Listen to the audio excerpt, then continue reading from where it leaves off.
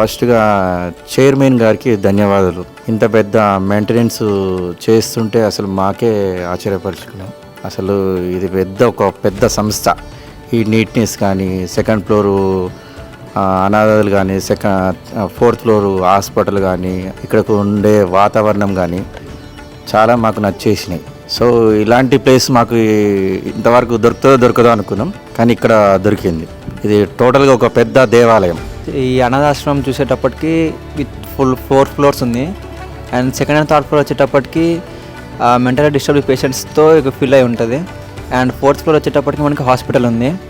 And this హాస్పిటల్లో వీళ్ళు వచ్చేటప్పటికి ఎట్లాంటి ఆ సపోర్ట్ ఉన్న వాళ్ళని తీసుకోరు. వితౌట్ ఎనీ సపోర్ట్ ఎవరైతే ఉన్నారో బయట తిరిగే వాళ్ళ మెంటల్ డిస్టర్బ్ పేషెంట్స్ మాత్రమే వీళ్ళు తీసుకొని వాళ్ళని క్యూర్ చేయడానికి వీళ్ళకి సపరేట్ ఫోర్త్ ఫ్లోర్లో హాస్పిటలైజర్ కూడా ఉంది. అండ్ మెడికేషన్ కూడా ఎవ్రీడే ఇస్తున్నారు వీళ్ళకి. With every time to time వీళ్ళకి ఫ్రూట్స్ అండ్ వెజిటేబుల్స్ అన్నీ సప్లై చేస్తూ.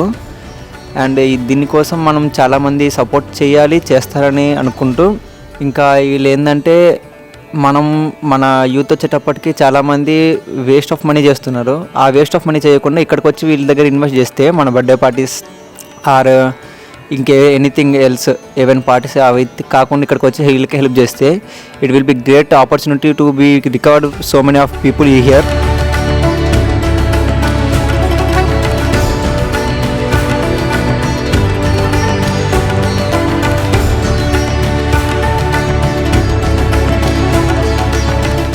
అమ్మా నాన్న అనాథ ఆశ్రమంలో జీవిస్తున్న అభాగ్యుల అన్నదానానికై తోచిన సాయం చేసి ఈ నిర్భాగ్యుల ఆకలి తీర్చి వారి కన్నీళ్లు తొడవండి.